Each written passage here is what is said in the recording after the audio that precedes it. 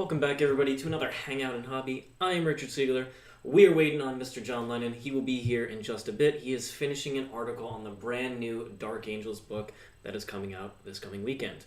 And this week in the War Room, we are going to have Dark Angels versus Slaanesh. And then on Tuesday, publicly on YouTube, we are going to also have another Dark Angels game against Death Guard. So two of the newest books head-to-head against each other. So very, very exciting time this week. And then the third match on YouTube is going to be my lovely Necrons up against the Blood Angels, and that is a sub-match. So two of my favorite armies. John's going to take control of the Blood Angels for that game, but we'll get to see the Necrons on the table again, which I am 100% about, and these Immortals are going to finally see the table. How's it going, Adam, Emma, Xanar? Hope you are all doing well. Welcome. And like I said, John will be with us in just a minute. He has to finish writing that Dark Angels article so it can go live on the website. I'm going to work on these Immortals in the meanwhile. But hope people enjoyed this weekend. Last week we had a ton of stream games. Then we had the 2 stream games on the weekend for the Las Vegas Open, which was a ton of fun to participate in. Siegler, thoughts on Immortals, also Tesla or Goss? So I am actually a big believer. As the meta is shifting, I like Immortals a lot more for 2 reasons. One, the main predators that really killed Immortals, things like Plasma Scepters, where alright, Plasma Scepter unit comes out, they get max shots. Even if I have the 5-up invuln, they're going to wipe a whole Immortal squad, and without it, it's just a guarantee because they get max shots. Less Plasma Scepters in the meta is a massive boost for Immortals. And then in addition to that, armies like Death Guard, you want to have some long-range firepower to help pick away at their screens, things like the Poxwalkers, so that you can use an effective Veil of Darkness later, or just take them off objectives. So I actually like having that extra range bracket. And if I could have changed my list for the Las Vegas Open, I would have dropped the 3rd Warrior Squad and the 2 Crypto Thrall units and got 20 Immortals into the list, which I feel is quite a bit better, personally. Also, other units that can stand out in cover and have a 2-up armor save. Big fan of that. And then, of course, Goss. Goss all the way. I would never pay 2 extra points for Tesla, and certainly not in this meta where 2-up armor's all over the place. How did you find your Necron list in the Open? Any changes? So, yep, that change that I just discussed is dropping from 60 Warriors to 40 and dropping the 2 Crypto Thrall units and adding in 20 Immortals, which I think is a major upgrade. And it also just helps overall with Code of Combat as well. You can help whittle down those opponent's units at a distance, and then the Silent King can help finish them off with his shooting, so you can ensure Code of Combat points from range instead of mostly doing it in melee. I also like that a lot. But the rest of the core of the list I love. Can you paint your Space Marine models any color and use them as any Space Marine chapter? Yes, you can, Kyle. The only place where you can't do that is at the Games Workshop Warhammer World, where at the tournaments they had in 2019, they enforced if it's painted in a particular scheme, you must play it as those rules. So if your army's painted as Ultramarines, you can't play it as Iron Hands, for instance. Or if your Tau army's painted as Farsight Enclaves, you can't play it as Tau Sept. Now, that's pretty much the only place, I think, in the world that has that restriction. But maybe there's some other niche examples. But any like ITC event is not going to have anything like that. You could paint your army as Blood Angels and play it as Iron Hands, like I did at LVO. Well done in the Las Vegas Open. It was a blast to play in, and glad that we had a really good game in the finals. You know, Nick was a couple swings away from really turning that game to only a couple points. What happened to your Necrons in the Open? They fell in the second round against Tank's Sisters and Custodies list. So Mikey was the pilot there, and it was his first time playing that type of Necron list, and obviously it's a lot harder to play than the custom Dynasty build. So, I bet if he played it again, today, he probably would have been in with a shout, if not won the game. Working on an article, a likely story. Yeah, he's over in the stream room writing that sweet Dark Angels article. And John is going to be playing Dark Angels twice this week, once on YouTube, and that is going to be tomorrow against Nick's Death Guard, and then he's playing it in the War Room on Thursday up against Mark's Slaanesh build. And I think Mark is going to run a Slaanesh build that's very similar to the one that went 8-0 in Australia. Very interesting pure Slaanesh, or not pure Slaanesh, but mostly Slaanesh list. Alright, so I'm working on these Immortals. We're going to try my best while also engaging chat. What else we got? Really looking forward to the Grey Knights clinic this week. Me too. I've been trying to get Grey Knights on the schedule for a while now. We were going to do them in the War Room last week, then it was pushed into this week, but then the new rules came out. So hopefully next week we'll get Grey Knights in the War Room, because it's been a while. But I'm still a big believer in them, and in the Las Vegas Open, during my interview, I was asked which list I thought was the toughest one for my Necrons, and I said those Grey Knights that Eric Lathuris built. Don't think that was the best Grey Knight list, personally. I think mine has quite a bit more firepower and more resources, but Grey Knights are just very scary overall with their indirect fire and volume of fire. Also, the mortals they can put out. When you saw Mark do 20 mortals to me with 2 psychic powers, that killed a lot of warriors, and I was not expecting that. What would you say is the biggest threat to your Necron list? I think Grey Knights are the toughest matchup, personally. And I know that's an uncommon opinion because most people don't play against good Grey Knights.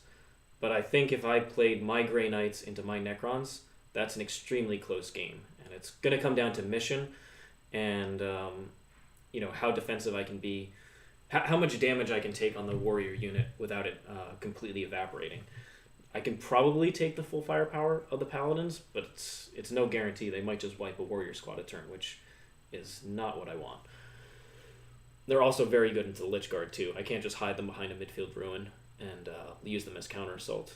I think I have to play against Grey Knights like I played against Admech, where you just overwhelm them. You put everything out in the open and just swarm the board. I love the beard. Looks good. Thank you. I'm about to shave it, probably. How does the new Dark Angels Codex affect Necrons, and how do you think your list would fare up against their strongest list? We're going to get to find that out. Not this week, but next week is going to be a Necrons vs. Dark Angels in the War Room, I believe. So we're going to find out. I think Necrons overall are very strong into Marines, personally. I think the strongest Marine unit into Necrons is the Plasma Scepter unit, but less, nobody's really running 2-3 units anymore. So 1 unit is manageable. 2 was iffy. You had to be very careful around that. So the things that Dark Angels have, losing the 5 of Feel No Pain and getting instead a -1 damage, I don't care about -1 damage. So I'm not really worried about that defensive buff that Dark Angels got. Them losing the 5 of Feel No Pain was much bigger. That's a big buff for Necrons into them.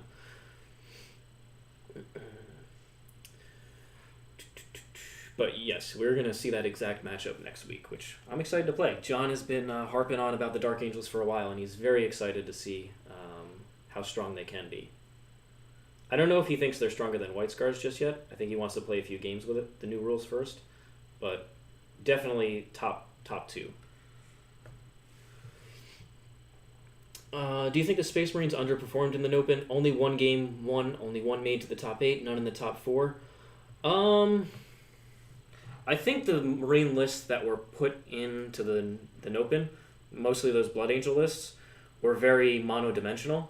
They only won one way by destroying you in combat and pinning your opponent in their deployment zone and preventing them from scoring. The problem is those Marine lists played into armies like Harlequins that could go all over the board.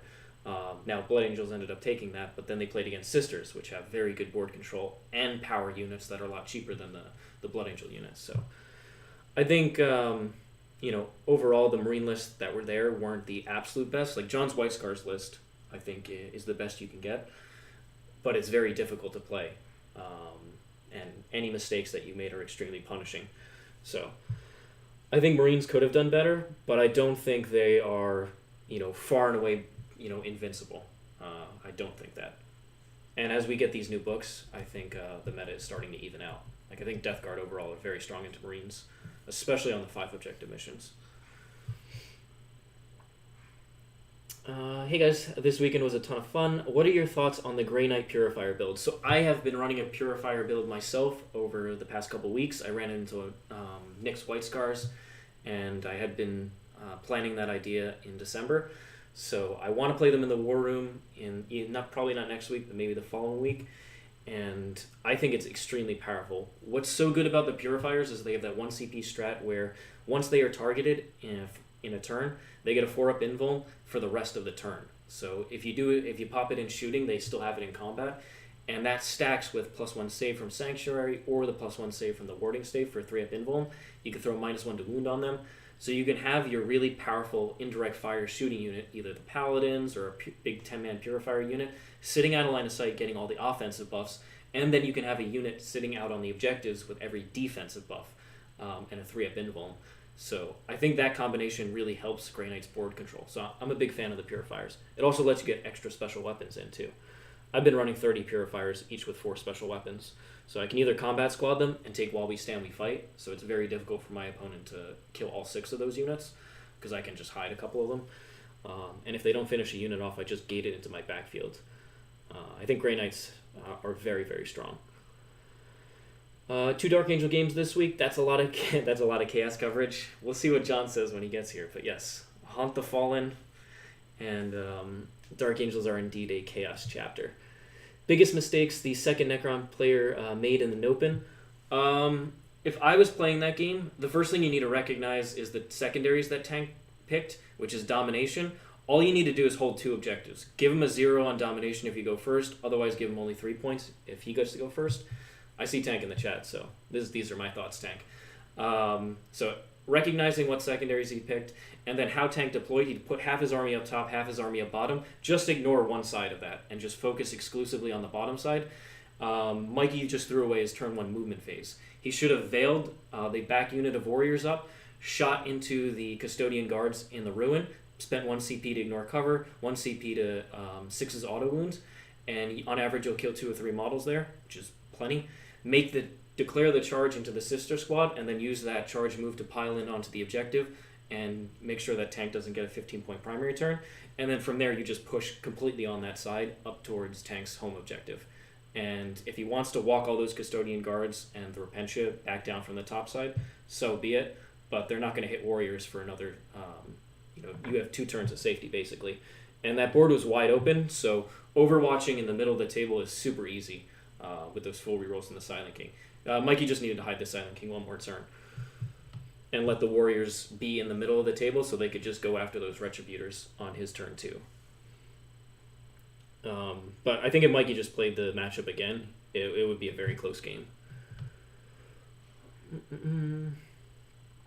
Love how you guys play. How do you protect the Silent King versus Harlequins? If they're taking a ton of Skyweaver jet bikes, then I just pump all of your OBSEC and all of your board control elements into the middle of the table and string them back to the Silent King, who's just going to sit behind a ruin.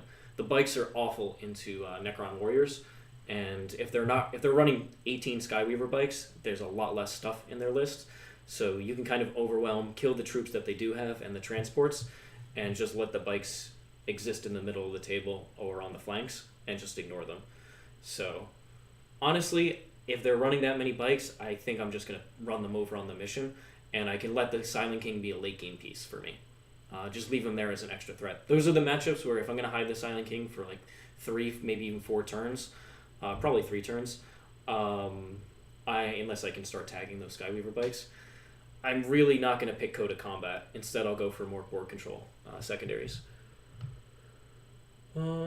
Evening, lads. Where's my hero, John? He is coming. He is finishing up the Dark Angels article for the Art of War website, and once that is done, he's going to be heading on over here, and he will happily answer any questions about that Nopen game. What's up, TK Penny? Hope you're doing well, my friend. Hope everything's going well down in Miami. Thoughts on the full skew Deathwing double Vanguard list? Play as many varieties of Terminator as possible. So John and I have been bouncing a lot of different ideas off about Dark Angels. It's really hard because both Blade Guard and the Terminators are extremely strong, and they require different resources. Like if you bring the Blade Guard, you really want the Psychers for those reroll wounds, that reroll wound psychic power. If you bring the Terminators, you don't really need as much because you're almost always going with mostly Lightning Claws, so you probably don't need the Psyker there. Maybe you go for... And then the other thing we've been talking about is how many characters do you actually fit into a Dark Angels list, because they have really good... The Talon Master, Azrael's amazing, Ezekiel is very strong because of the new Psychic tree that Dark Angels have. But at the point where you're adding in, 4 or 5 different characters, maybe even 6, that's a lot less units than you have to take control of the board. And once the units that you do have, they're not invulnerable, So, you have 2 units of Blade Guard and maybe a 5-man Terminator unit, plus all these characters and maybe some multi-melt attack bikes. You don't have a lot of stuff. Every single resource is precious, and they're far from invulnerable. So I think John and I are both, maybe we only do 1 Talon Master, even though they're so good, and just try and get a whole extra unit involved. I think that's probably going to end up being the better way to go, but it's going to require playtesting for sure. I don't think you can really go wrong with Terminators versus Blade Guard. It comes down to preference and what support pieces you're going to bring to help them out.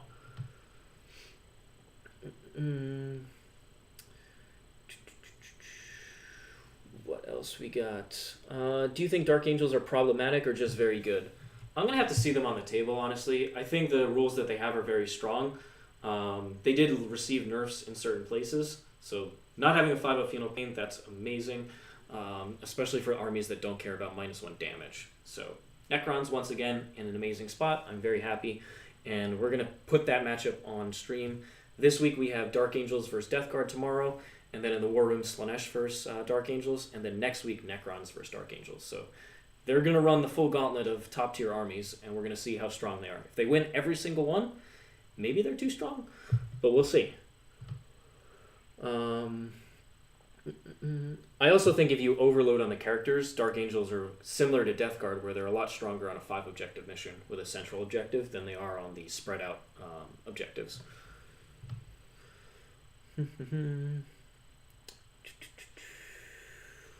Let's see. Having trouble fitting my Illuminator Xeris in a list. Any tips? Love the model, really want to make it work. If you go for Illuminator Xeris, I don't think you do a Silent King build. I think you either do pure Novak or you do some of the custom dynasties. And in that case, you're less efficient offensively, but you're really going for the defense and ideally a T6 on those Immortals or T5 Warriors. The problem with Xeris is, unlike a lot of the other things like Fabius Bile that buff units, you don't have a reroll. You don't have a way to manipulate which of the buffs you get. So +1 strength is not that great because you have Protocol the Hungry Void and you also have the 1 CP for core units get +1 strength. So that one kind of sucks if you roll it, and that's it. The unit doesn't get a second to buff for the rest of the game. So that makes me very hesitant to bring somebody like Xeris, especially because he's very expensive. I'd rather personally just have 2 Chronomancers, get the defense on my units, and have the Silent King as my main buffing unit. I don't think T5 is that critical for Warriors.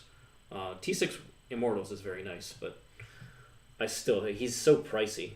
But if I were to build around him, I would try and build, I'd probably do Immortal spam, honestly, and then maybe like 1 brick of Warriors or 2. And just extremely infantry heavy build, some Scarabs for screening units, but you just swarm the middle of the board with durable infantry units and OBSEC.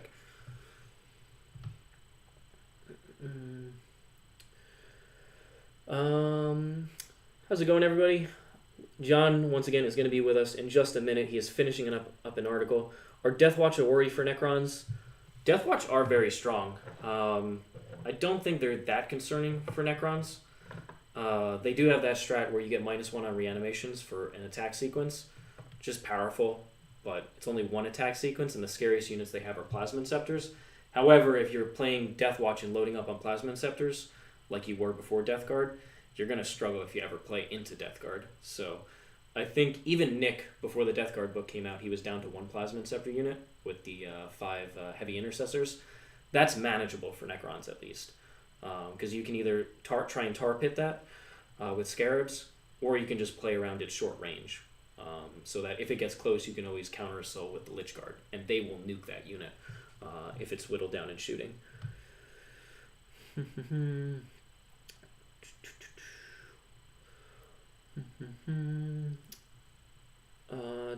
Weirdly excited about the new Maelstrom rules coming out as a nice change of pace from the GT missions.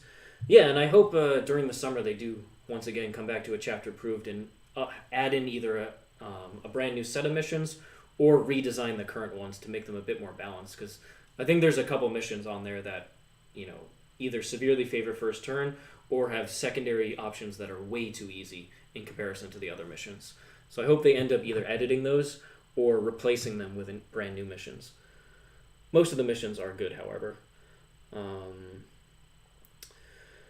So if my meta is still filled with Plasma Inceptors, should I hold back on the Immortals? It really depends on what the rest of the list is, but I would be more hesitant to run more than 2 squads. Like, I wouldn't run the 5 or 6 immortal units that you're seeing in some European lists. I would 1 or 2 is still fine, because what they're doing in that type of list, where the bulk is warriors, is they're holding down your flanks and still being able to pick off units. So you can walk them around the sides of the board so they can look into ruins and use their range to help pick off and finish units off. So like in the game against Mr. Mark Perry, I could have used if I had immortals there, could have walked them around the side, charged into the Furies or shot them away, and then late game shot into those single demonette or small demonette units that Mark had running around.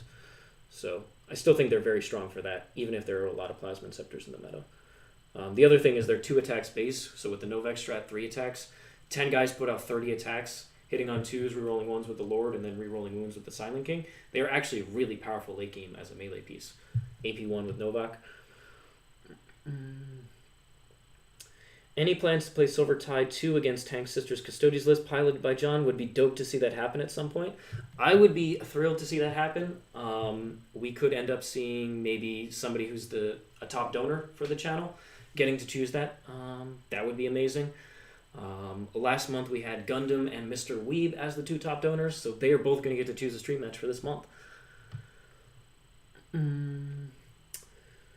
Do you think Dark Angels become the best Space Marine chapter now? It's hard to say without seeing them on the actual table, but once we start getting a few games with them, I think they're going to be minimum top 2. It's between them and White Scars. White Scars have that speed advantage, which, as you've seen in the games, if you've been in the War Room or seen some of the White Scars games on the YouTube channel, that speed ends up winning most of the games for White Scars. So I think White Scars probably, my initial impression is they're still the strongest because of that speed advantage. But I think Dark Angels have the tools to mitigate what a lot of armies do well, especially that ability to turn off OBSEC. That's crazy powerful. The Psychic Tree is amazing that Dark Angels have, which is why John is considering Ezekiel.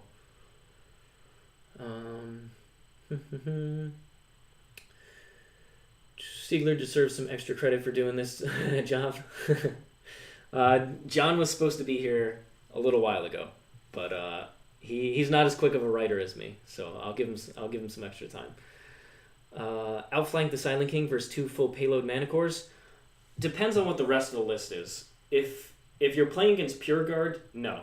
I would just put the Silent King behind the Ruin, and if he wants to put the Manicores into the Silent King, if there's a Forest on the board, 100% tag the Silent King into the Forest and get that sweet -1 to hit. Manicores hitting on 5s is not great. They can pop that 1 CP for +1 to hit if they can see you, which is fine, but still, they're not hitting you on that efficiently.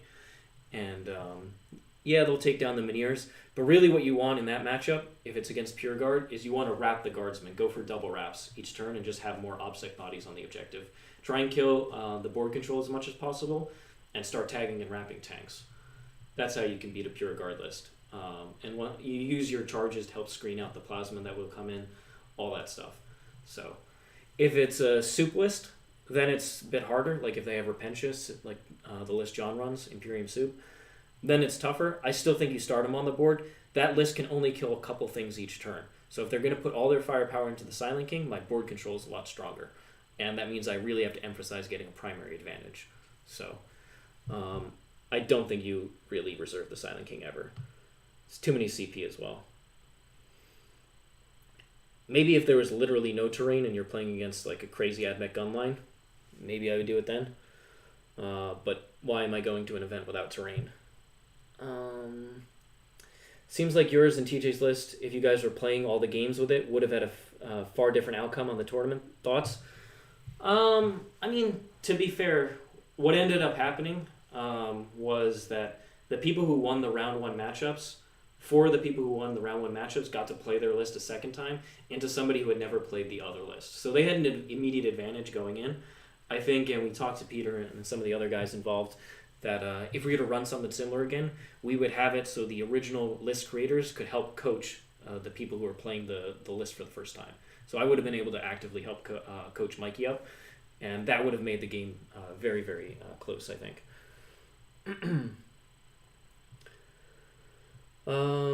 Thanks for the advice. My current base is the Dark Angels Vanguard, the Chaplain on bike, Talon Master, the Ancient, Apothecary, Deathwing Command Squads, 10-man Terminators. Like to build a pure Primaris Dark Angels army. Any recommendation for a good foundation?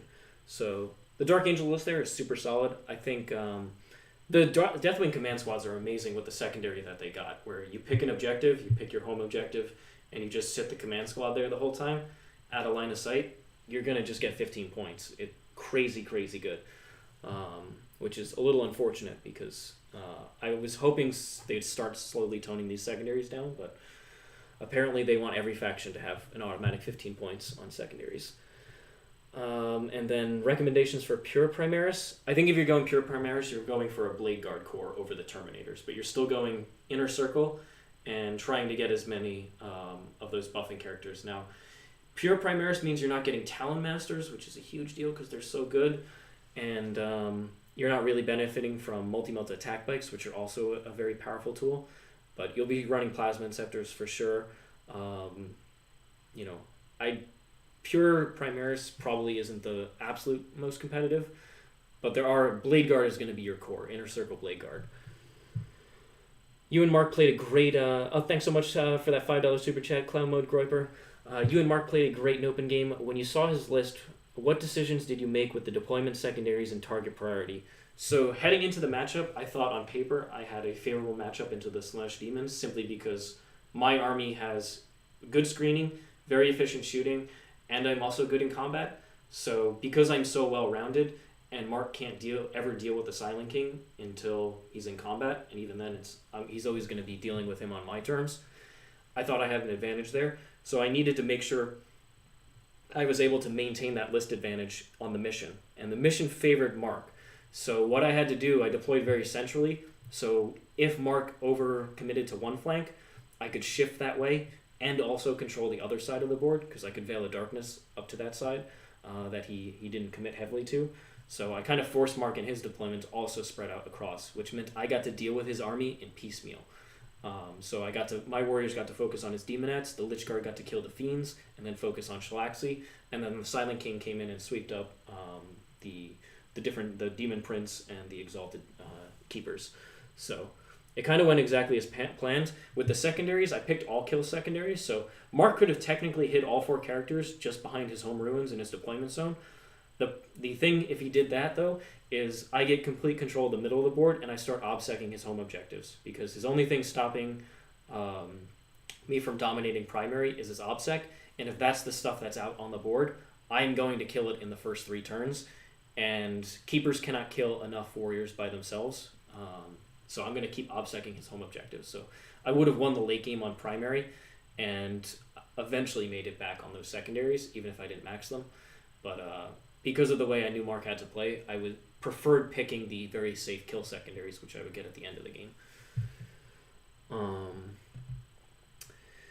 There is a certain Charity Hammer host that thinks your cron list will auto-lose versus a good shooting list, IG for example. When will you see him prove him wrong? I played against a pure shooting list, an AdMech list, and I dunked on John. So AdMech are better than Guard in my opinion because they have counter assault. And they have a lot more mortal wounds, which is far scarier for Necrons. So, no, I'm not worried about pure guard. Also, because the Silent King picks up a tank a turn, just automatically, before I start tagging the ones that I can't shoot. How's it going, John Anderson? Good to see you in chat. Sorry, I know you probably answered this before, Siegler, but what do you think of broadsides now that they are significantly cheaper, particularly with the Relic Rail Rifles? I think if you do take broadsides, it is with the Magna Rail Rifles for anti-tank. The problem there is they can still very easily be wrapped because they don't have fly, they're slow, and so on the terrain density of 9th edition, it's really hard to get them into position, and once they're in one particular place, your opponent can just use terrain to get out of line of sight of them, and they'll probably never shoot again, or certainly not at what you want to shoot at. So their lack of mobility really hurts them, in addition to lack of fly keyword. So I would rather have the crisis suits and tons of breachers. I think that's overall better. The 9-man unit of Airburst with all the buffs. You take Farsight so they can fall back and shoot twice if they need to, and you pop reroll wounds on them with command node, make them hit on 2s with 2 CP, ignoring cover, all the shenanigans. That unit actually picks up a serious amount of stuff each turn, and you can just sit it in a midfield ruin. It also is good counter assault with full rerolls for 1 CP to hit and wounds, and on the charge, whichever models end in engagement range, 3 ups for mortals. I think that unit is actually the best thing that Tau could run right now. And what you need to support it with, though, is just a crap ton of breaches with the 5-up invuln and throw them out on objectives. Tau's the hardest thing for Tau is holding on to primary. I think if you just flood the board with breachers and let that crisis bodyguard unit just blow things away, that's probably the best Tau can do. And Mr. Weeb ended up winning one of the top super chatters for last month. He wanted to see Tau, so hopefully I get to play that list on stream. Ooh. And hopefully it's into Nick, because he loves No, you should play it into Dark Angels. I'll play it into Dark Angels. Speaking of Dark Angels, thank you everyone for your patience. If you want to check out, after 3 p.m. of course, the new article that we just put up on our website, that is my Codex review for Codex Dark Angels. Yay. There's a lot of exciting stuff going on. John is super pumped for the Dark Angels. No, they're pretty good. We got 2 stream matches this week with Dark Angels. Death Guard versus Dark Angels tomorrow. Thursday in the War Room, we have Dark Angels going into Mark Slanesh. So oh, yeah. 2 tough matchups, and then the following week, Dark Angels into my Necrons. It's Yep. going to be hype. You know what? There's no need to start off soft. I'm going directly into the hardest possible stuff. Let's do it. That's how you test a book. That's how you test a book, and we're probably going to take some losses, but we're going to learn a little bit. Dark Angels are tricky. They're really good, but I think they're actually a little bit harder to put together than I was expecting. I think I was talking about the problem earlier of running too many characters. They have so many good characters. No, they really do. But then you start running low on units. And CP? And CP. You can't really do that in 9th edition. Yeah. It's like every Space Marine chapter, I think, so far, has been like, I'm just going to do my thing, and I've got a couple 1 CP stratagems that I use when it's convenient. But like none of them are like, the unit needs this to function. Yeah. Space Marines don't have a lot of, you need to do this to function. It's just, you're going to do the same thing as before, a little more efficiently, a little better. Mm-hmm. I think that's most of the Space Marine stratagems. And frankly, Dark Angel stratagems are not that way. You are planning on Dark Angel stratagems. You are using them. Like, 2 CP, prevent an opponent from falling back, 2 CP plus 1 damage. Like, you're just getting different results whether or not you use those stratagems. These are power strats. Yeah, there's a lot more power strats. I think that you can't do the normal, like, patrol in a Vanguard, 5 CP pregame on stratagems, and then, like, expect to work with Dark Angels. It's going to be tough. I'm excited to try them out, though. Do they have any CP regen abilities? Literally none. None. They just have Azrael being an absolute champion, of course. And, can you pass me that wet palette? I can indeed. Thank you so much. Giving you plus 2 CP if he's a warlord. That's about the only CP regen they've got. Which is not exactly regen, to be honest. No, I get to start with 2 extra, but yeah, which is cool. Spend them pretty quick. Pretty darn quick. Let's see what we got here. Surprised you cut the command barge for the Las Vegas Nopen. Was it just points and a focus on swarming the board? So the reason I cut him is, honestly, I had a ton of games with the command barge, and he's fine. What I like is late game speed. Gives me a 12-inch move and a little bit of extra long-range firepower to help on Code of Combat. The thing was, he was just never doing a whole bunch, frankly. Yeah. And at that point, why don't I just save 80 points, get the basic Lord in there, who can take the same Voltaic Staff and the Resorb, and then instead go ahead and grab 2 Crypto Thrall units that can help you mission, like hold backfield objectives, or just do like something like Scramblers for me. So I just thought that was more consistent overall. Dang it. I just realized that the paint I was using on last Wednesday's paint stream is not dry yet. It's not dry. That's the power of a wet palette, folks. All right. Oops. That's the Army Painter wet palette. Magic. Yeah, seriously. I also noticed that you cut that command barge when While We Stand We Fight changed. Is that part of it as well? That definitely figured into it. Mm-hmm. It previously had been my Cryptek with the Arcana, the Command Barge, and the Silent King, and that was pretty much guaranteed 15 points. Yep. At minimum 10. So. But having a nice expensive character is not what it used to be. I mean. No, and because he doesn't do a ton more, like he doesn't have like 12 Gauss shots coming out of him. Mm-hmm. Like he's not a real, firepower piece. Yeah. So. I mean, and a normal Lord can take that gun. Exactly. He can take the voltaic staff, and that's enough. While we stand, we fight change was a big nerf to the Fate Skimmer. The poor Fate Skimmer. The poor Fate Also, the Skimmer. Mutilith Vortex Beast. Also, the Mutilith Vortex Beast. No, it really wasn't. Mutilith Vortex Beast is still amazing. We all know the Still truth. amazing. All right, what have you guys been talking about in here? I see you're painting up some more We're Necron talking about Warbbles. Tau this entire time, John. Indeed. Broadsides. The entire broadsides. Hold on. What's going on in here, folks? It's happening. No. Don't do this to me. Don't bring those back. We've got Mr. Tank in here who is waiting for you, John. Tank Roberts, the writer of The Architect? The Architect. The architect of that amazing Las Vegas Open list. What is it? Hashtag shield wall? Shield wall. Hashtag shield wall. The shield wall did it. Yeah, the shield wall went right through.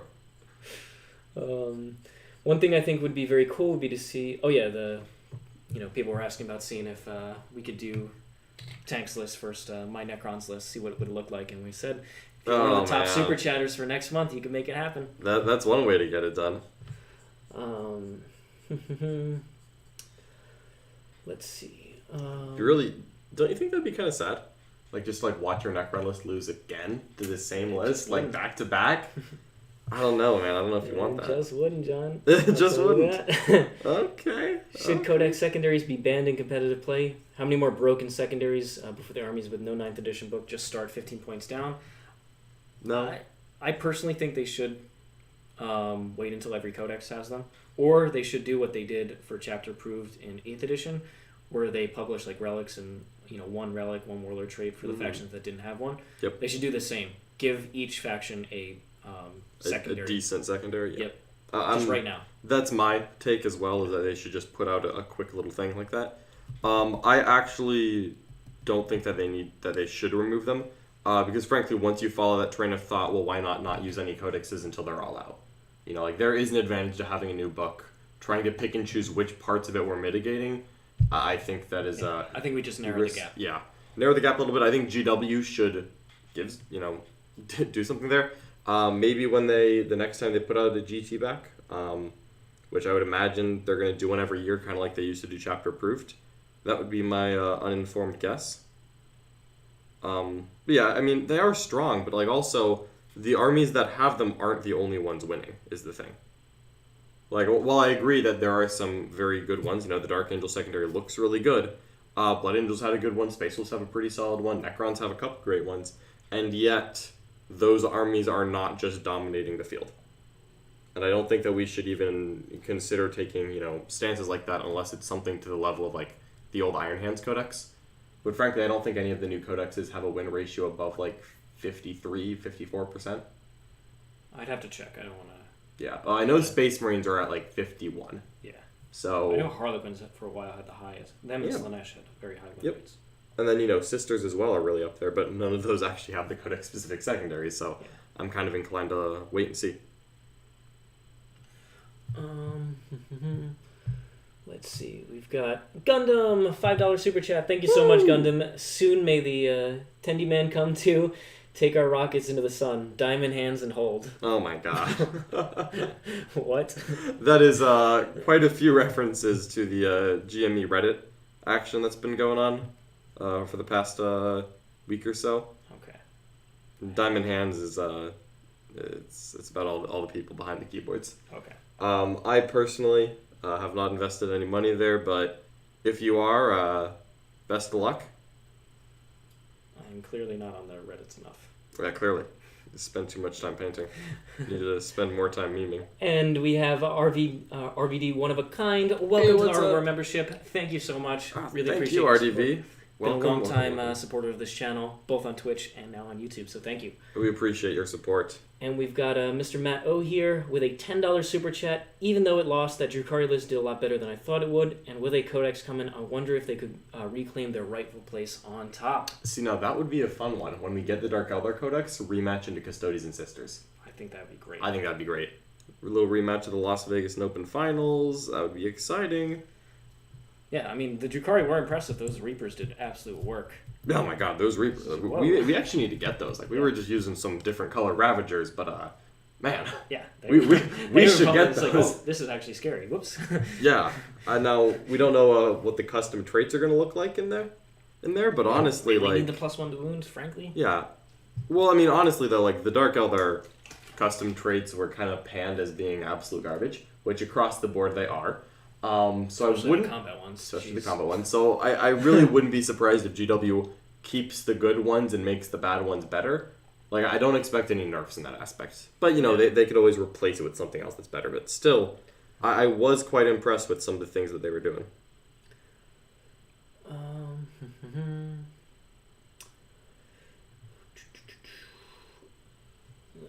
Ravenwing stratagems seem very good.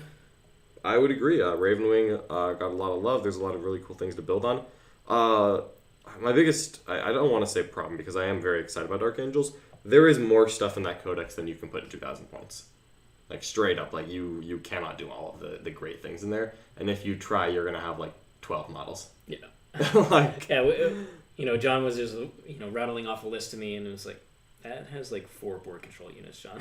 Yep. That's... Yep. No, I not do it. I mean, I prefaced it with, I don't think this is enough Yeah. stuff, so I'm going to have to make some cuts. Exactly. But this is all the stuff I want in the list. Just got in. Sorry if this is a repeat question, but did you enjoy this past weekend's format and the times we were in? I know for me it was a total blast to watch. It was a ton of fun. It was great to see different channels coming up with their own lists and you know, taking up the challenge. Like, it's very difficult to play other armies at a top level. Like, we kind of focus on like 5 or 6 armies each. Yeah. And that's still a lot, let alone trying to focus on, you know, everyone. Yeah, every single faction. I don't think that's quite possible. You know, I was impressed by some of the other channels. Yep, absolutely. Yeah, I thought it was really fun. There was some great content from everyone involved. Yep. I got to watch some of the games going down. Actually, the Tabletop Titans video, Brian Pullen's Dark Eldar Miracle, that was actually quite impressive. You know, we were great like, studio there. Are they going to do it? Are they not? Are they going to... Like, literally, I think it was the Repentia Vect right at the end that swung it back. Saving the CP. Yeah, and then he gained one just to pull off the Vect. Like, oh no! So clutch. No, imagine if Nick had saved that Vect for that CP reroll on the Custodian Guard. I think he should have saved it for the Heroic Intervention. Or the Heroic Intervention. I think the Heroic Intervention was the most important thing in that game, and he was out. He got heroic. He got heroics. All game he was measuring out the heroics, and like that one time I was like, well, there's literally nowhere left. I don't think he forgot. I think he was gambling on killing it. No, I think if he remembered, he would have charged the Ravager and then tagged him. Charging the Ravager into the Custodian Guard, I don't think he could have. No? You weren't within an inch of the wall? No. Okay. Also remember that it's an inch off the ground. He doesn't have anything down there. You would have to measure the diagonal. It's actually a lot harder. I think he just needed to save his Vect for that, because you know that Custodian Guard was going to tank forever. That man was loyal to the end. He had like 4 or 5 CP bumped into him. I know, I kept rerolling. Yeah, it was just every time I failed to save reroll. Like, nope. Even when it was like just like to wound him, I'm like, nope, we're still rerolling. It was him and Trajan at the end. Oh, yeah. Promoted to shield captain. Absolutely. That man's my shield captain now. Let's see. 3 extra CP if your Warlord is in a Raven or Deathwing detachment, isn't it? That is true. I think that's a trap. I'm not even gonna lie, I think that's a trap. Yeah, because if you do that, and I say that as if I haven't done the exact same that fallen into the trap. Step 1, recognize the trap. Step 2, spring the trap. However, if you do that, you're guaranteed taking a second detachment. Yeah. Like you can't fit everything you want into just a Deathwing Vanguard. Yeah. Like I tried really hard. Doesn't work. Cause like multi attack bikes, plasma inceptors, and if you're not taking those, why do you need all these CP? Yep. Like, those are the CP. Those are the things you want to use it on. And then like as soon as you do that, it's like, okay, the difference between a Deathwing Vanguard and a random patrol and just a double patrol is like, actually not that much. I mean, you know, if you have the tax units, you might as well do it, but just frankly, I think there's going to be very realists that are just a battalion and accepting I need all my command points. I can definitely see it. So is that where you're leaning for tomorrow? No, I'm gonna start with the Vanguard. I'm gonna start with the trap. I'm gonna try to. I know what I'm walking into. I acknowledge that I'm trapping myself, but I'm gonna give it a try because I think that you can make it work. It's just difficult. I think the Ravenwing one is a trap. I don't think it's good enough to justify, but the Deathwing one you can kind of get away with. All right. check out John's trap on Tuesday. Check out John's falling into the trap that he is very clearly outlining right now. How you guys doing? Can I ask why Siegler didn't play the second match? So due to the way it worked, we sent off our lists, the winning lists, off to another channel to pick it up, and that was Hellstorm Wargaming. And then the following round, they sent their list off to Glasshammer Gaming, and then we came back to the final. Yep. So yeah, and Siegler already got a game in round 1. Now, if his Necrons had navigated the field, I think we would have let him back in.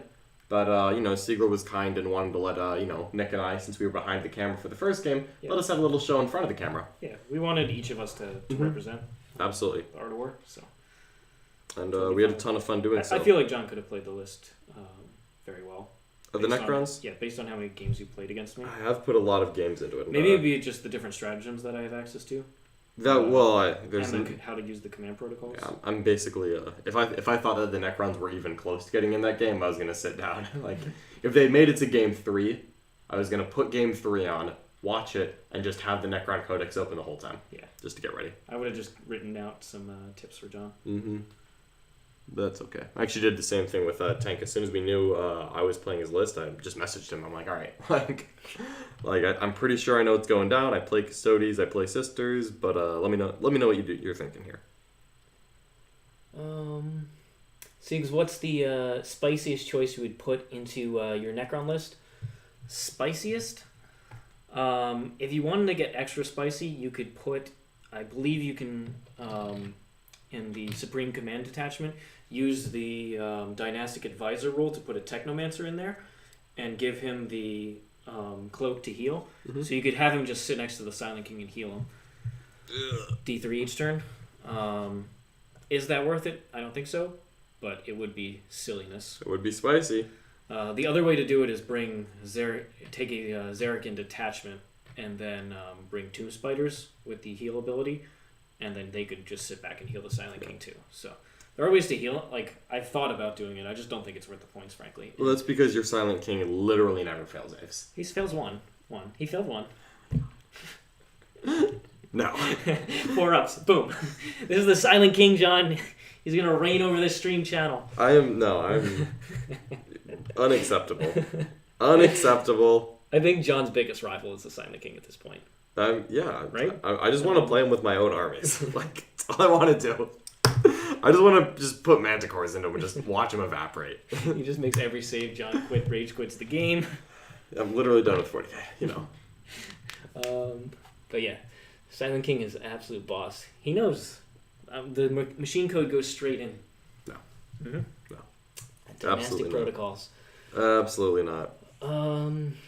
It's all that Star God energy. That is pretty cool looking. We got a $5 super chat from Kyle Norman. Thank you so much, Kyle. Oh, what's up, Kyle? White Scars versus Dark Angels for top spot of Marines in the War Room soon. Oh my goodness. Could we get Nick to bust out the White Scars? We might be able to. See, this would be worth doing, I think. You know what, Kyle? That's not a bad idea at all. Also make it happen publicly as the top super chatter at the end of the each month. Problem is going to be the armies. Our Dark Angels and our White Scar armies might look exactly the same. Ooh, that would be, I think that would be better as a War Room one where we could use Blood Angels as like Red Scars. Yeah. I think that would be the better look. The Red Scars cometh. The Red Scars cometh, yeah. I think maybe Nick would be up to the task of some Red Scars. Multi-melts attack bikes. Done. Oh, always. Yeah. There must always be multi-melts attack bikes. That's probably what we would run out of first. No, I've got 6 more that I'm working on. Oh, you have 6 more. Yeah, okay, so they're not ready now, but they will be ready at some point. Oh. Unfortunately, they went into the stripper, and the stripper did not do its job, so we are doing a lot of toothbrush work to get that done. Okay. Just taking a little longer than I was hoping. That's a paint stripper. Yep, that is a paint stripper, to be clear. I guess I could have clarified that. So, John, how far have the White Scars fallen with the Dark Angels Codex? They haven't. They haven't. They're still on top. That's what I said. Yep. The Dark Angels are really good, and they are close enough to rival the White Scars. I think the speed advantage is... I think that the speed advantage on the mission is big. Yeah. Again, Dark Angels are great. I really would not be surprised to see Dark Angels on top at some point. but right now initial take very slightly below. Very slightly. I think White Scars just outscore them on the mission. Yeah, White Scars are so good at the mission, and denying primaries is a big thing, and Dark Angels are not going to be sending units out to just deny your opponent primary very often. Now, you can do something with like a Raven Wing Outrider where you actually, God help you, take the normal bikes. Or Outriders. Or Outriders, yeah, that's another thing that you really shouldn't do. But you can. So like maybe like a Raven Wing list, but I think that the conventional Dark Angel list, which is going to be the most popular, where you have a couple of good shooting units, a big Terminator brick, some really nice characters, I expect that White Scars will be able to beat that still. Because and will do a slightly better under the overall meta, just because I think Dark Angel's secondary game is really strong. Primary game is good, but I think that they can lose high-scoring games. Yeah.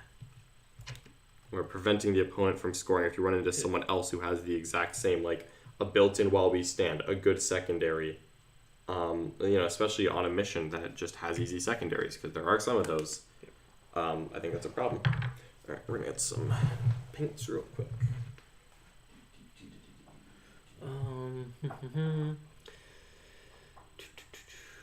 The most pivotal important question, would you now be a good time for some ice cream or is it a better time for cookies? That is an excellent question. Ice cream or cookies? Man, cookies are nice because it's like a small snack. Do you want to know the actual answer, John? You put your cookies in ice cream? Put the cookies in the ice cream. That's you get true. those wonderful Chips Ahoy, the brown box, and you get those cookies, you smash them up in the ice cream, and it's brilliant. That does sound pretty brilliant. Richard Siegler is known for his big brain. Definitely making the big brain plays when it comes to cookies in the ice cream. The cookie combo. The cookie combo, absolutely. Synergistic. Indeed. Indeed, it sustains very well, too. But I think it's the combo. You got to go for the combo plays. The combo who used this brush? Oh, I bet Mark used this brush. I'm gonna guess Mark. He did not. Nick doesn't paint. Oh my God. Nick doesn't paint. That's true. It's just sitting on the desk in a pile of like dried paint, and it has not been cleaned. It is very crackly right now. Oh God, help me. Oh boy. All right, we're just gonna. It's only one of the nice base coating brushes. That's my favorite dry brush. Oh no, he used my dry brush. Pour one out for John's dry brush. To put a wash on a tank. Oh God. I have a shade brush right over here. Yeah, no, this is fine. I don't actually need the dry brush right now. I just saw the scene of the crime and just felt sad. John, can you explain why Dark Angels are going to be the only Marine faction that can win a 64-person event? This is a question alluding to a troll post that was put on Comp 40K. Yep. That's... Gotta love Comp 40K. Gotta love Comp 40K. Some people like attention, and that's okay. They do what they can to get it, and I'm happy for them. And then you just... The secret is to not get sucked into the comment section. You can put one comment there. But, like, when they start, like, replying with the bait, you don't take the bait. You're just like, okay, that's cool. Like, you were just saying things, and that's all right. We've got Mr. Gundam once again donating $5 with a super chat. Yo, Thank you so Mr. much, Gundam. He was the top donor for last month, and he is going to continue the trend this month, I imagine. Oh my goodness, January's over. Yes, it is. Oh, what are we getting? I believe Gundam wants Custodes versus Ultramarines. And then Nick has been saying that he wants to play Custodes. I bet I could get a... I think Gundam wanted you and I. But maybe we can see if he'll accept You know what? I would do that too. I would take the Ultramarines, no problem. You would be taking the Custodes in that matchup. You would take Ultramarines? Yeah, that's what he said. Really? But, Richard on Ultramarines? Yeah. Okay. Like, I'm not opposed to that. I'm happy to play Custodes though too. Yes. I really love those Dreadnoughts so much. I think it would be a very Dreadnought heavy game, which would be a lot of fun. I would. Frankly, like, I want to take a couple, like, Redemptors and Guilliman with the models we currently have now. I was going to order some Sakaran Omegas pretty soon, but haven't actually placed the order yet, so I'm not sure if we get them by the end of the month, but we might be able to swing it, actually. It's definitely possible. Oh, man, that is an exciting idea. Gundam, I like your choices. Who else won? Mr. Weeb. Mr. Weeb, that's right, and we're potentially seeing a Tau matchup. Okay, Tau versus Nick. Let's just pen that down. No one besides Nick plays into Tau. Tau versus Sisters. You don't want that. That matchup's actually with the 9 airburst unit sitting in a midfield ruin. That matchup's actually very scary. That is kind of scary. Because it'll just overwatch Repentia into oblivion. That is true. The secret is to use 2 Repentia units. Then I have 50 breachers in front. I actually came up with a pretty sick list. The secret is to use 4 Repentia units. Okay. And Zephyrim at the same time. And Zephyrim. You go full Steven box. Full Steven. You never go full Steven. John, what tech pieces would you add to White Scars to help against the Silent King Necrons? See, I actually don't think that I need to change anything in the list for the Silent King. I really don't. Just play it. Yeah, I mean, I'm still not trying to kill him. And if I'm trying to kill him, it's because, Richard puts him just full face in front of my army early on in the game, which he is not prone to do. No. Because that would be bad. Yeah. So I would actually... I don't think you need to build a counter into the Silent King for White Scars. However, adding multi-melt attack bikes instead of one of the Plasma Scepter squad, which is something I have adopted in regards to the new Death Guard meta, and we'll see how long the Death Guard meta lasts. If Dark Angels kick out Death Guard, then I'll be able to slowly sneak that second Scepter squad back in. But the multi-meltas, I think, would actually be slightly better into specifically the Silent King. Although, frankly, I would have rather had the Inceptors for the Warrior Bricks anyway. Yeah. Because, again, I'm not trying to kill the Silent King necessarily. Unless you can get him early, which most armies cannot do on most tables, then I think it's a better investment to try to kill Warriors. Limit the board control, yeah. Yeah, now if I had a chance to knock out the Silent King early, I would go for it, because then I get to run into the Warriors and it's so much less scary. However, I acknowledge that is not a realistic thing to plan for on most tables. Yeah. Even with the speed of multi-melt attack bikes, it's just hard to get angles on these. Yeah, because I also don't want to leave, the buffs. Like, I like having Khan and a Lieutenant nearby. Yeah. So I actually get some work done. Otherwise, John's at the mercy of 4-up invulns. I mean, I'm already at the mercy of your 4-up invulns. Just be happy the Ghost Arc isn't there. Yeah.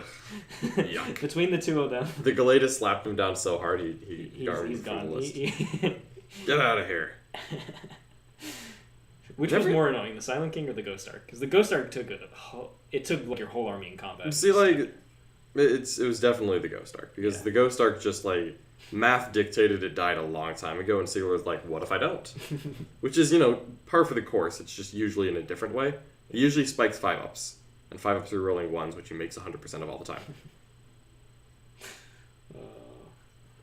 I got a decent reanimation with the Resorb in the game against Mark, but not a great You one. literally rolled average. Yeah, I know. Literally rolled average. That was good. I'll take average. Like you would ever stoop so low. Did you guys have enough Sisters models to play a Sisters Mirror matchup? As a matter of fact, we did. We lined up so we kind of eyeballed that thing at about turn 2, and Brian was doing good showing, but we thought he was running out of stuff, and we were like, all right, so let's go ahead and get ready then for Sisters vs Sisters, because the Dark Eldar army we had one, so like it wouldn't be that hard to put together, but we didn't want to be scrambling for 2 Sisters armies. We did in fact put together the entire thing without having to mix up our color schemes at all, and I was actually very impressed that we were able to pull that off. There was exceedingly minor proxies in there. I think we used like a Seraphim unit as one of the 3 Zephyrim squads. Yeah. But other than that, we actually did have everything, to my great surprise. So we were ready for Sisters vs Sisters. However, I think that this ended up being more entertaining. Yeah, frankly. And Sisters vs Sisters is just very cagey. Yeah, I thought that would have been a very standoffish and kind of boring matchup. And, top table, especially, an event like the LV No, which is, it's intended to be entertaining. I was much happier with this finals result. Yeah. Jukari is just a very interesting, different type of army. Absolutely. Not something that most of us were expecting, but I was happy to see it there. It was a Cinderella story. Siegs, what do you think about the Void Dragon Nightbringer list regarding the new Dark Angels and Death Guard? I think it's completely unnecessary. They're just too many points, and good opponents are going to play around them. They can be tar pitted very easily. So Transhuman is exactly what the Nightbringer doesn't want to see. Yeah, that's... It's like, what if I don't spend command points on Transhuman? On average, he misses one of his hit rolls, okay, if they don't have a -1 to hit. And then, so 5 hits, he's going to do 2, maybe 3 wounds, and then it's still D6 damage. No guarantee he actually rolls a 3-up on all of them. And then John could have the -1 damage on the unit. Yep, which is not mitigating a wound. So now you need 4-ups, it's like 50-50. And as soon as an attack makes, as soon as 2 have to go through on one model, the Nightbringer's just not doing enough. No. No. And then even he just then- sits there in combat the rest of the game. Well, not for much longer. Yeah. Well, for the rest of that Yeah, for that. sequence. For the rest of the sequence. So, I just don't think spending 700 points on 2 models that are relatively slow and have short range is very good. I would agree. I still want to get them on our stream just Yeah. because. I think if we can they're find a sweet. fun matchup for them, it would be good. Tau. Put them into Tau. Mr. Weeb, No, the Tau can have beat me them. have me play Necrons into the Tau. Double Catan Necrons into Tau? Maybe, or we could also bring back Nemesis or Nick. I love Nemesis Nick so much. I mean, We gotta- Nemesis or Nick needs a soft matchup, you know? Let's give him the Tau. Nemesis Nick is one of those Nemesis who's gone mad. Absolutely. And he is just Nemesis or Nick is quite mad indeed. anything goes when Nemesis Nick is involved. So I would love to see him pilot. His Catan code of Necrons. combat is quite interesting and flawed. Can you imagine the Airburst unit just killing both of them? Oh god, that'd be so Because stupid. it's silly. Because in the charge phase it does the mortals on 3-ups. Yeah, And then I it know. full rerolls to hit and wound in combat. The Airburst unit would actually kill them. That's silly. Mm-hmm. I would fully respect you for charging them though. Oh, I would 100% kill him in melee. Just like I did with Farsight killing Fate Weaver. Like, it had to happen. Gotta make it happen. That was the one thing I was going to make sure happened that game. And it did. John, how much shooting do you think you need into your Black Templars list? And what would you cut to add it? Ooh, in a Black Templars list, I think that you unfortunately have to cut the one of the Blade Guard impulsors. I'm afraid that Black Templars are going to just look too much like Dark Angels to be not Dark Angels. But, like, honestly, like, a big Terminator brick with a Film of Pain, a couple multi-melt attack bites, maybe some Dreadnoughts is pretty good in Templars. Templars are honestly solid and I think better than most chapters. I'm just afraid that they really overlap with what Dark Angels are trying to do right now. So I think you probably cut the Blade Guard to get more shooting in, but I was also happy with just anti-horde shooting. But I was also playing against orcs, you know, maybe put me into the Custodes Dreadnought list and I'm going to feel real bad about those audible rifles. Guess I'm not doing any damage in shooting. But I'm also not doing any damage in combat. Oh no. Did that push? Out push! Can't Tanglefoot this. Yeah!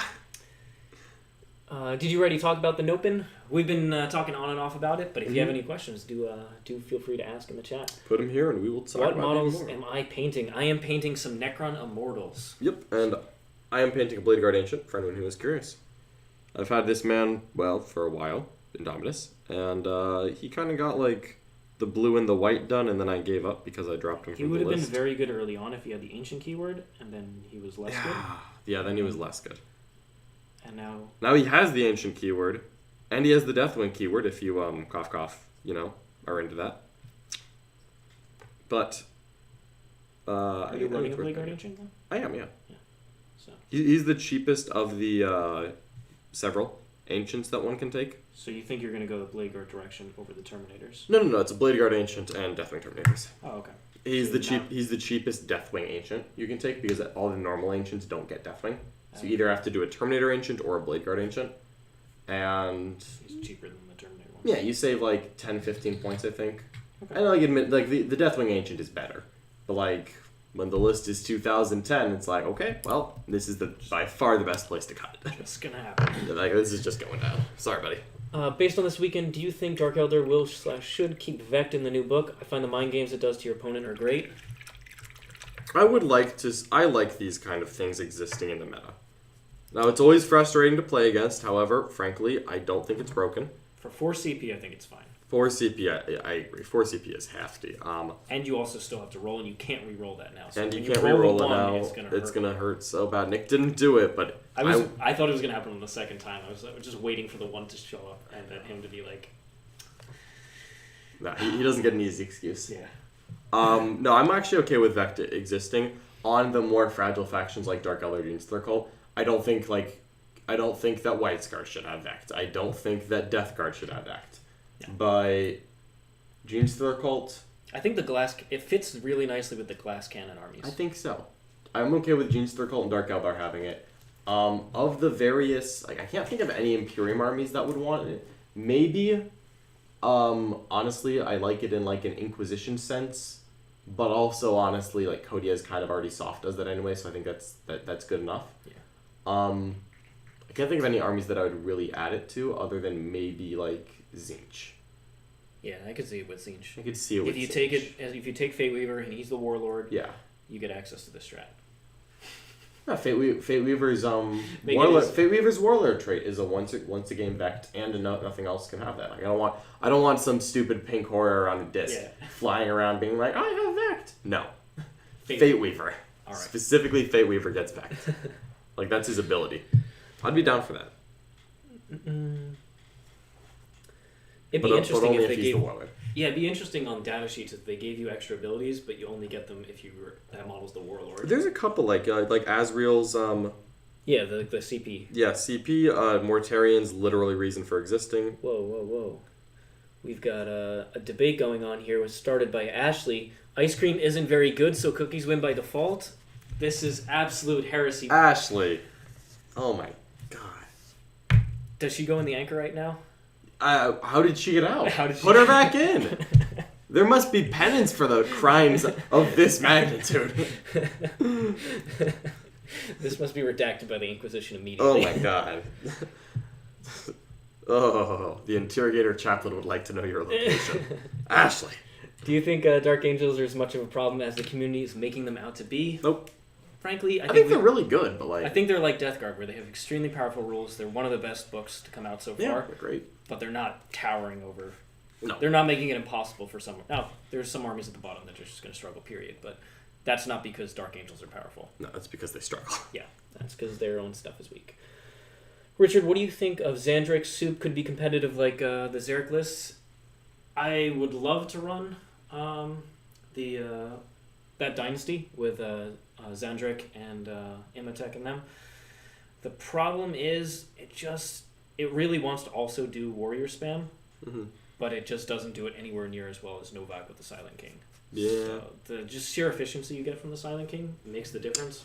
That's not small. It's really not. So I'm just hesitant to actually go that direction. However, in a Crusade campaign, I would 100% play them. 100%. I have Imhotep. He's actually glued him onto a command barge because it looks really cool with him on there. Imhotep does look good on a command barge. And then I have Xandric and Oberyn as well. So. Well, I have, again, issued the challenge once already from High Marshal Helbert into Imhotep specifically. Yep. Specifically Imhotep. Imhotep will bring his friends along. You know what? That's fine. Is Xandric the one who gets Vect? Yes, he has the Vect. He has the Vect. And it's not one you roll. No. You want a devout push, John? Get out of here. Vect. I will do it. That will be so satisfying. I've never actually got the chance to Vect anything. Do you think cookies and ice cream FAQ update is a fair combo or meta breaking in comparison? I think it's meta breaking, frankly. Yeah. I think it's far superior to most options out there. Absolutely. I mean, it's the same premise as like it's almost like a Pizookie with ice cream like that. Yeah, I mean, if you save the room for it, get yourself a salad or a Mark Perry size salad, and then you get 3 Pizookies. 3 Pizookies. That's the right number. Beautiful. Absolutely. Ice cream burns faster. That's Mark Perry science. Siegler, are those Tesla immortals? They are Gauss immortals. I think Tesla is actually not very good. Frankly, the fact that you had to pay extra for Tesla is ridiculous. 2 extra points per model. Yeah. It is interesting. I think they were just paying Sins for 8th edition. Yeah, probably. They still weren't that good. But yep. I would like to see Siegs and John or Nick play the Nopin winning list, see if the results would be different. You guys can definitely make it happen. At the end of every month, the 2 top super chatters, so total super chats over the course of the month, get to choose a stream match. For last month, it was Gundam and Mr. Weed. And you could be it for this month. Make an army or a matchup happen like that. An exciting concept. You can pick the lists. You get to pick the factions, who you want to play the lists, all that stuff. Yeah, that sounds pretty fun to me. Games Workshop rigged the Las Vegas Open to have Drukhari vs. Sisters in the final. Well designed. Yes, indeed they did. Indeed they did. That's why no Space Marines were in the top 4. Yeah. Somehow. We've got Gundam once again with another $5 Yo, super chat. Gundam! Thank you so much, Gundam. Ice cream sucks. Heresy, how much to mute Ashley? Oh my gosh. This is an absolute battle in chat right now. Well, this as it should be, and the battle between the forces of righteousness and Ashley. Incredible, absolutely disrespectful to the ice cream, if I'm being honest. We do have Matt James as well with a $10 super chat. That is our friend Mr. Halo. Cookies over ice cream. Cookies over ice cream. I feel like ice cream is just more consistent across the board over cookies.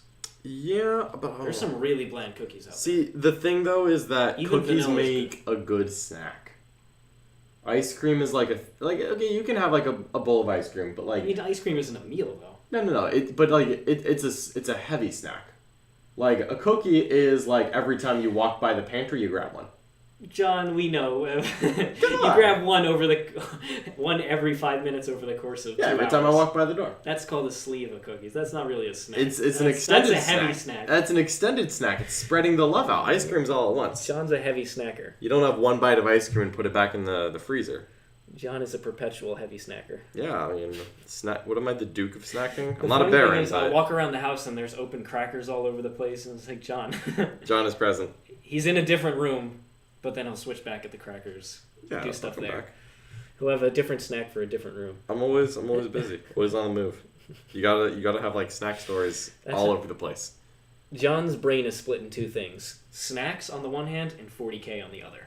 These are my two loves in life, actually. That's it. There's no left and right brain. There's snacks and 40K. Snack brain, 40K brain. Feed one and the other will prosper. What factions with a lot of damage or two are reliant on melee with aura buffs against Mortarion?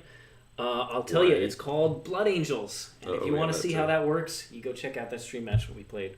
Don't. It's not what you want to see. You have to add shooting to deal with Death Guard. You really do. If you're a pure melee army. Or you need examples of fight last. However, so for example, in the Silent King build, I just send the Silent King, he'll fight last. I don't care that I don't count as not having charged. So I do think that, like, specifically Mortarion and that mission and everything else was a huge problem for the Blood Angels there. It seems to me that a lot of Death Guard lists are starting to have more shooting. And I think that Blood Angels actually have more play into the shooting lists. I 100% agree. And I think Blood Angels have a lot more play on in a mission where there isn't a center objective.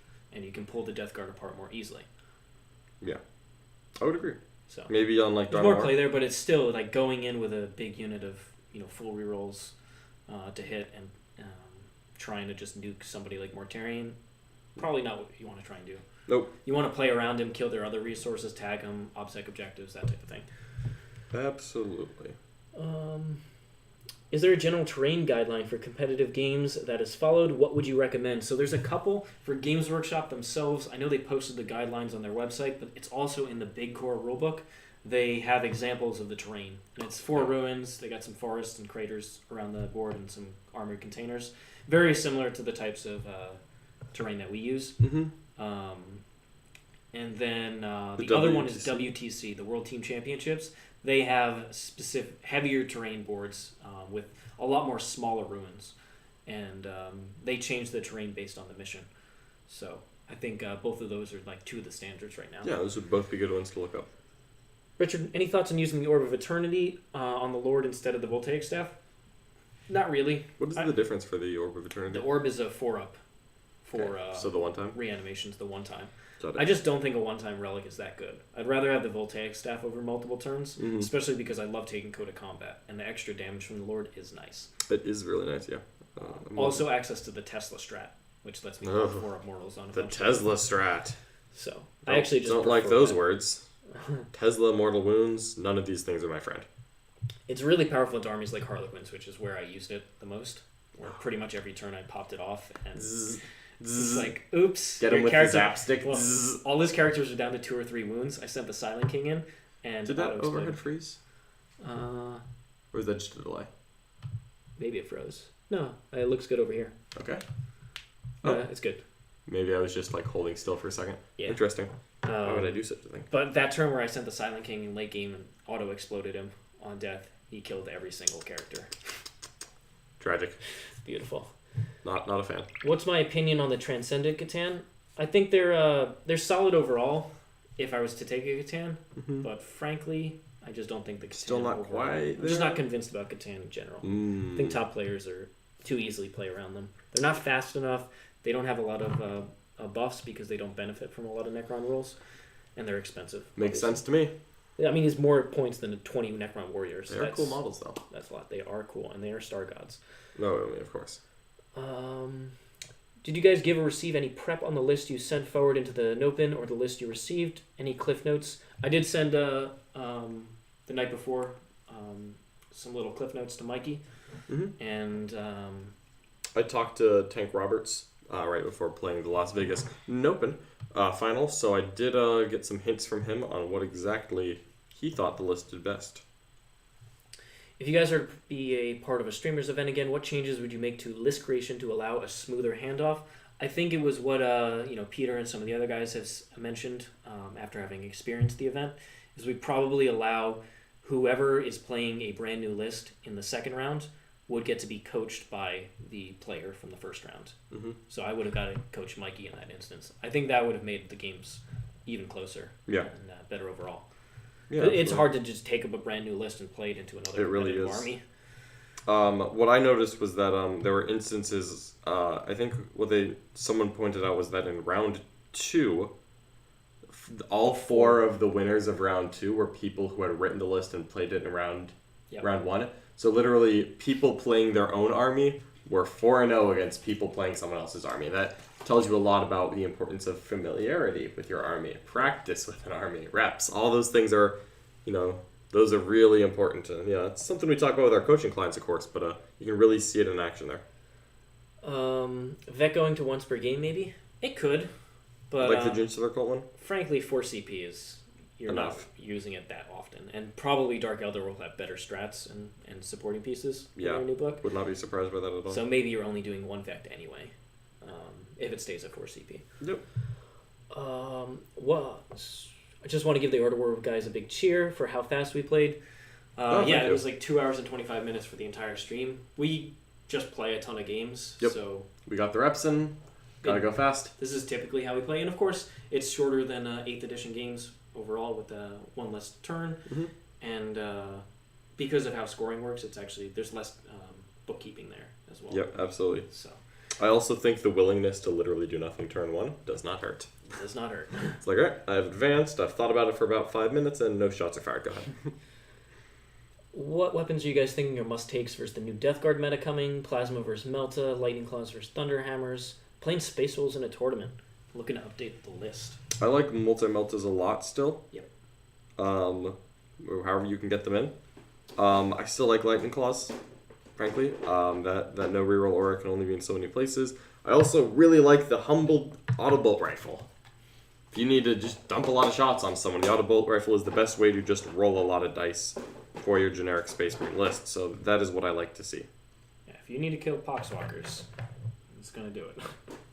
That's a thing right there.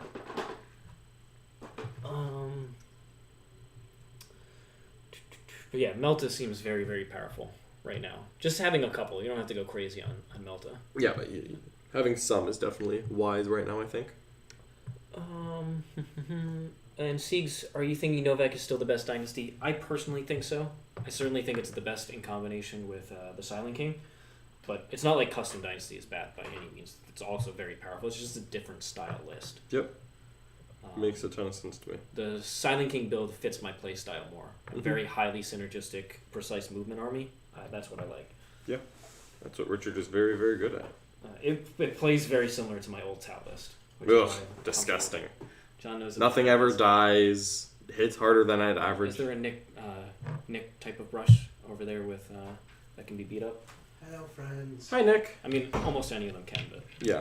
particular. Any of these ones? What about that blue one over there? Yeah, let me take. Oh, you want really beat up? Yeah, beat up. Really beat up. Okay, yeah, that's. Why is every brush that just beat up one of Nick's? Because that's you don't wash them properly. That's because Nick treats them like. Excellent, brush care. Brush care enthusiast. How are you doing, Nick? I'm doing great. Glad to hear it. Painting a Blade Guard Ancient. Painting a Blade Guard Ancient. Wow. Getting ready for some Dark Angel games coming up this week. Ooh, very exciting. Oh yes, I'm very hyped to get the Dark Angels on stream. Siegs, what are all these immortals for? For Necrons. Really? I didn't realize that. But, like, they're not in your list, are they? Or they just paint them? No, I actually really like Immortals. The extra range that they bring. And what I do in my current list is I drop 20 Warriors, the 2 Crypto Thrall units, you get 20 Immortals. Wow. 2 And- is 10. Yeah, 2 units of 10. And That's solid. they're That's very... solid firepower. Yeah, exactly. They can also stand out on objectives. Yeah, in your that way you don't backfield. have to always commit warriors. Exactly. squads to And they every help combo. whittle things down so the Silent King can finish them off. I like that. Yeah. That's a clever. I like just Do you having... think 40 warriors is enough, though? Yeah, 100%. Yeah. Because these guys have 2 base attacks, so at Novak, 30 attacks. Are they 2 wounds? No, Nope. they're Still one, one. but They're they're T5. T5. Okay. That's what it is. T5, 3 up armor. So 2 up in cover. Get the mortal wound spam going, folks. Yep. You gotta be like Mark Perry, though. Oh my god. Tesla or Goss? Goss, of course. Goss, of course. Strength 5 AP2 is much better than... Maybe you want lots of shots for this word meta. I have Goss Reapers. My whole army puts out tons of attacks. I don't need extra. Get my orcs out here. 200 boys coming in hell. He likes that. I will kill All 200 right. boys, no problem. No problem. He says. Just like those Black Templars. Ah, those Black Templars. Hey Richard, it's probably been asked already, but where did Mikey go wrong with the list against Tank? I did talk about it earlier on, but Oh, okay. he needed to immediately turn 1, push his advantage on the bottom side, just ignore the top half of the board, and put his whole army. I would have Veil of Darkness down at the bottom with the back 20 warriors, moved everything else up, and shot them into the Custodian Guards, killed 2 or 3 of them, ignoring cover, 6 auto wounds, and then... Killed 2 or 3, killing 0. Well, on average you kill 2 or 3. So 7 on 5s. Yeah. No chance. well, unless they spend the 2 CP to also turn off the rerolls. No chance. Not gonna happen. Because they could turn off CPs. No, I'm and gonna then you're not spend rerolling. 0 CP to make all Because my... I would be rerolling full hits with 6s. I'm just gonna spend 0 CP and make all my saves. Okay. New plan. Perfect. And then you make the charge into the sisters that were there, consolidate onto the objective, Ah. and take. Then you stop. Wait, did you tanks. say Veil of Darkness, then make the charge? 8-inch charge rerolling? Okay. That's Silent King is there, John. The protocols are active. Oh my It's god. happening. No, that's not real. Yep. I took Mark Perry's power to make charges at a deep strike. Madness. It's all. I have the power. Don't worry about it. As a Harlequin player without good access to effective shooting into Morty, what is the best solution to avoid a bad matchup? Seems like even Soaring Spite can't do it. Soaring Spite has a lot of mission playing tricks with their stratagems and the different traits that they can take. Yeah. Whereas Frozen Stars just hits extremely hard and goes for killing power. I think the killing power in this meta is better overall. I happen to agree. So those are 8 to 12 troop models in a unit, Yeah. and you have a basic troop mastery nearby. Save the special one for later. Get the full rerolls wounds. Pop the +1 to wounds, and then you really want to use that fight twice to cripple units. You also have the potential of the +1 damage if you're going into someone where that's going to be helpful. Yep.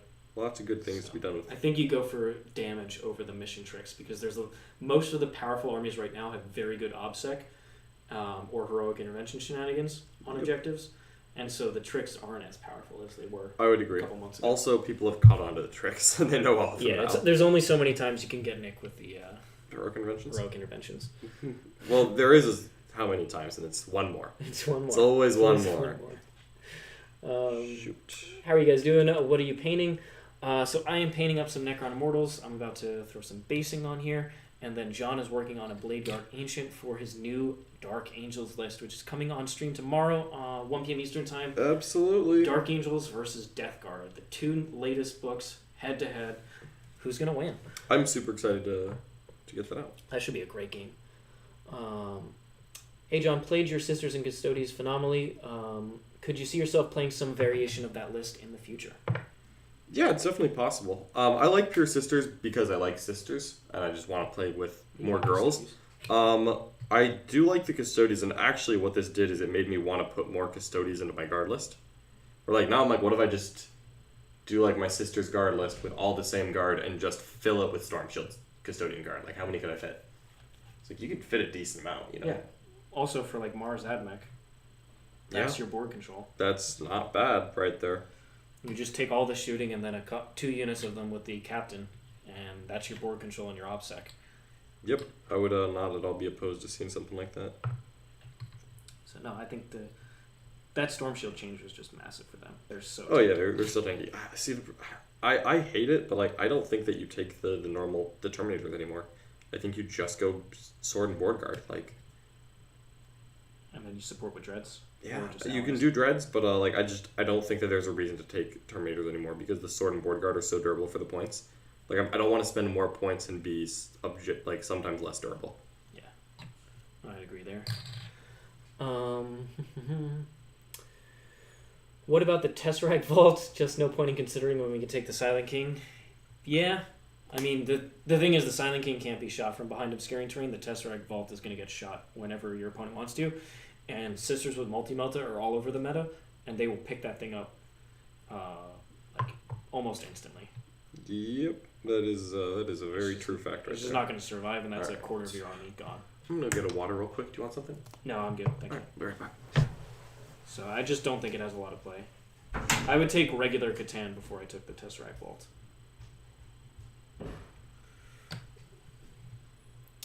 How do you guys recommend chipping black? Any particular color? So none of us are actually professional painters. We do these hangouts more to just kind of talk about the 40k meta and answer as many questions as possible. So I don't want to give you incorrect advice. So if anybody in chat knows more about chipping, because none of us really do the chipping technique, could you help our friend out here? I'll ask John though when he comes back if he has any good advice. How should Dark Angels counter a Death Guard list with Mortarion, lots of mortal wounds, and lots of Poxwalkers?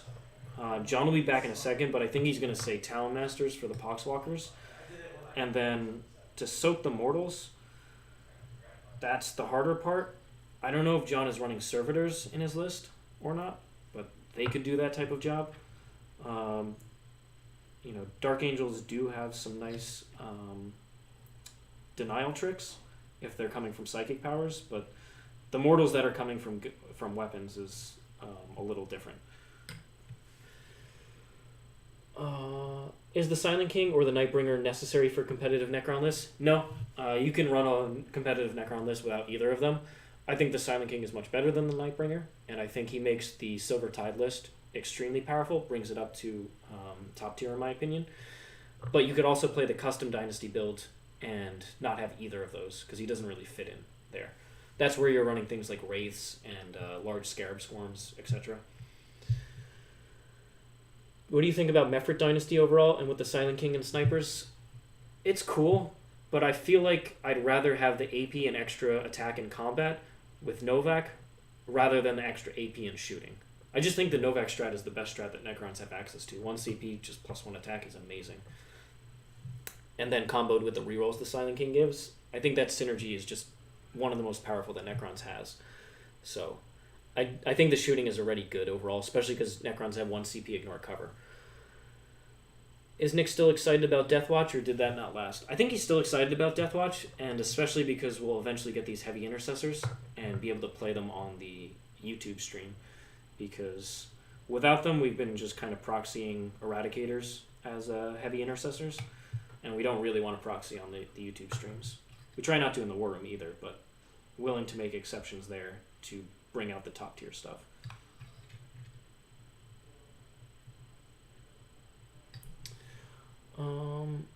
I think John got lost in the fridge, so we'll see if he ends up making his way back. Does the Psychomancer super cool model have a play in competitive Necron lists, or is the Chronomancer just that good? I think the main problem with the Psychomancer is the timing of his ability. He has 4 decent options on the datasheet ability he has. The problem is it's done in the morale phase, which is after everything you would want to actually do, especially the fight last that he can bring. I just don't know why they did morale as the timing for that. That was very unfortunate. What's in the morale phase? The Psychomancer ability. What does he do? He can turn off OBSEC, but it's in the morale phase of your turn.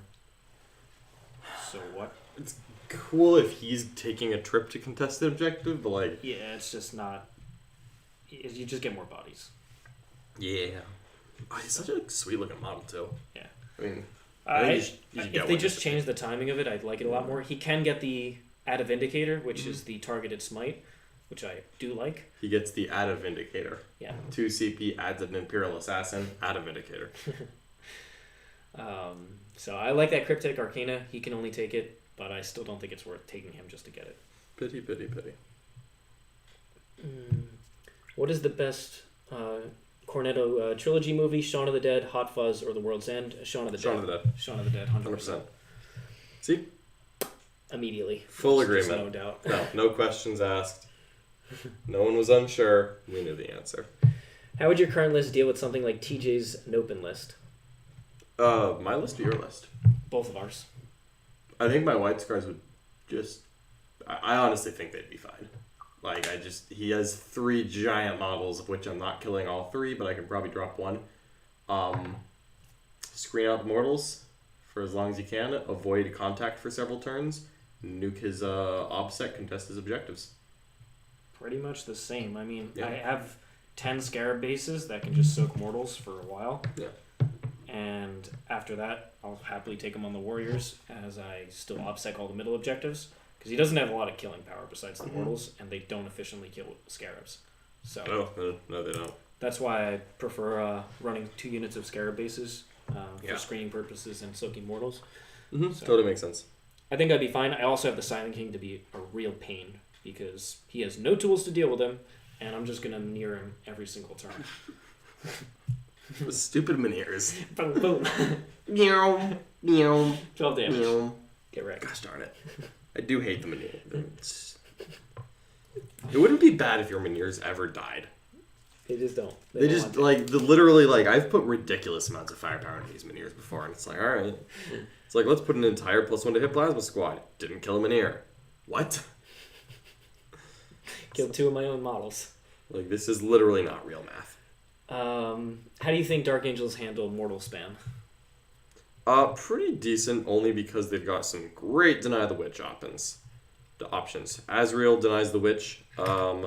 Ezekiel is pretty much an auto-include. He has to deny the Witch. Watchers are really good. Watchers and whatever his name is. Azrael reroll their denies against Chaos, which is where the majority of mortal wound spam armies are coming from. Yeah. I think that a good Dark Angels list is going to take several cheap screening units, such as Servitors. I think those are great in Dark Angels, actually. Just to have these little smite blocking, wound soaking, little, bullcrap stuff. Roll it on stream now? Alright, well, I'll go get the dice. Roll one on stream. How many Custodian Guard the Warriors would have killed? You want to go get some dice? I'll go get some dice. Alright. We'll do it. Because it's $5 super chat from Mr. Gundam. Oh, yeah, at I'm that willing to point, do it. 100%, yeah. His 2 to 3 is literally made up. We've got dice right here. You want to get the Warp Fire ones, or you want to get mine out of the drawer? What's that? You have But, Warfire? Literal, no, not Warp Fire. You do have Warfire. Alright, got Warp Fire. Alright. Here it comes, all the marbles. So you're going to spend 1 CP to ignore cover? Yes. Alright, I'm going to spend the 1 CP on -1 strength. Not going to shut off the rerolls. 6 is auto wounds. Yep. So you got, and you probably got My Will Be Done. Yes. So you're probably just hitting on 2s. Full rerolls. Full rerolls to hit. Great. 4, 8, 12. We're giving the Necrons all the tricks here. Just carrying a Storm Shield, spending 1 CP on the Shadowkeeper strat. 28, 30, 34, 38, 40. This is 40? Yep. Alright. Let's do this here. This is for you, Gundam. Right there. Alright, here we go. Right there. Into the box. I'm guessing it's going to be 13 6s to win. Because it should be 12 and it's Siegler. Pull those 3 out so far. 3 so far. Okay, 2 more. 4, 5. Let's come in. 6, 7. Okay. Alright. Reroll it all.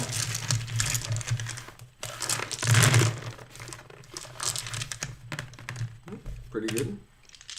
Pretty good. Okay. Again, the number of 6s Sieglers rolling is not proportional That wasn't a 6. to averages. 3 misses. That's okay. This is Sieg's math. This is Siegler math, but that's fine. Alright, here we go. There we go. So 5s. Yep. Alright. Alright, go ahead, John. Alright, no problem. No problem. Do it to me. No problem. Here we go. Alright. 1, 2. 2. Yeah, not 3. No, there's 3. Oh, there's one more, yeah. Yeah. All right. All right, that's 3. That's Siegler math. That's called math, boys. That's not math. That's not. That is math. That's marked math. Rolling the dice once to see what happens. See if you make the 2 Minear saves. The last 2. No way. 0%. Beautiful. That's how I roll. Yeah, we know how you roll. Silent King shall never be denied. All right. How about that show? That's too many 6s. I don't know what to tell you. Siegler can do these like on 6s I do stuff because he knows what his 6 is doing. Like, this is just ridiculous. That's what I use the Chain Star God for. That's the Burning God. Oh my god, you use it to just roll. The Burning pot. one. Do you think Folkhorn Demons have a place in the foreseeable future? Nope. Not until they get a book that completely redesigns what they do.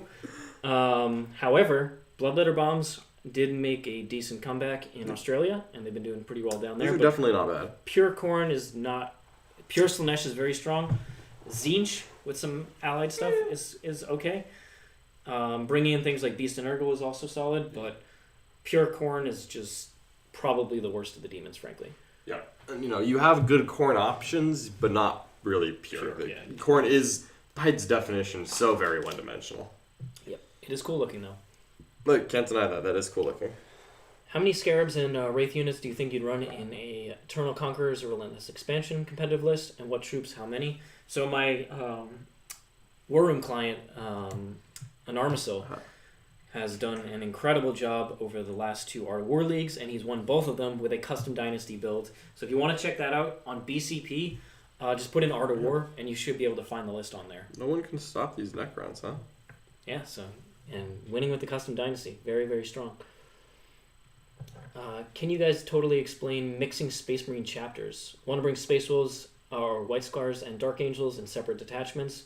Do I still get Lightning Assault and Grim Resolve on the detachments? Okay, so yes, you do get both of those rules. Basically what happens is when you bring 2 different Space Marine chapters, you lose a couple rules for each, but you keep some of them. So you're going to keep Doctrines.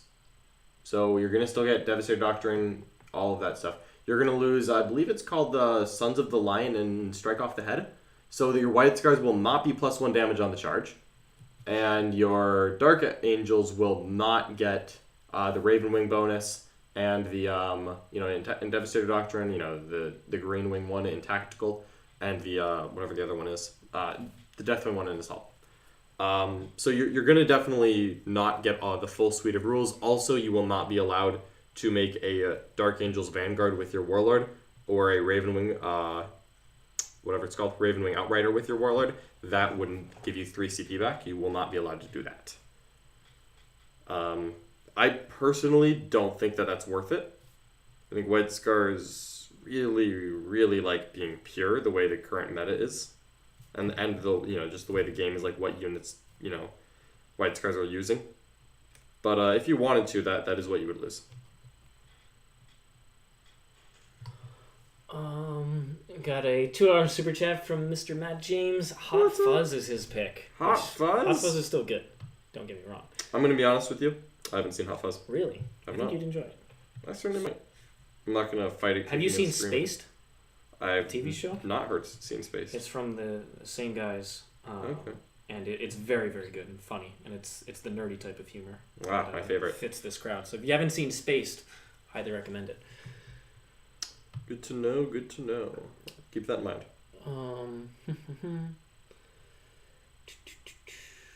How do you feel about AdMech after the Death Guard game? I think you just go for allies. Whether you go Sisters or Custodes is up to you. If you're prioritizing board control or damage from the Retributors. But I think you just go allies at this point in the meta. That makes sense. Any thoughts on doing a Necron vehicle list with barges and arcs? Not really, just because their damage is very inconsistent. There's too much rolling, too many D6 shots, D6 damage. There's just no consistency there. No. I tried the Doomstalkers. I want you to play 3 Doomstalkers, 3 barges, 3 Doomstalkers, and 3 Catan, and like an HQ choice. I don't know if that even fits. No, and an HQ choice. That's what you get. Okay, I think that's more than 2,000 points. It's pretty close. Yeah. It's pretty close. Oh, the detachments especially. Oof. Yeah. All right. 2 Catan. 2 Catan, no problem. Play that into the Deathwing Knights. See how many you kill. I will give you 6 turns. I mean, I'm gonna say not a lot. Not a Unless you lot. fail every save. I was not planning to. If you fail every save, Absolutely not. Then I might be able to do I it. don't like these terms.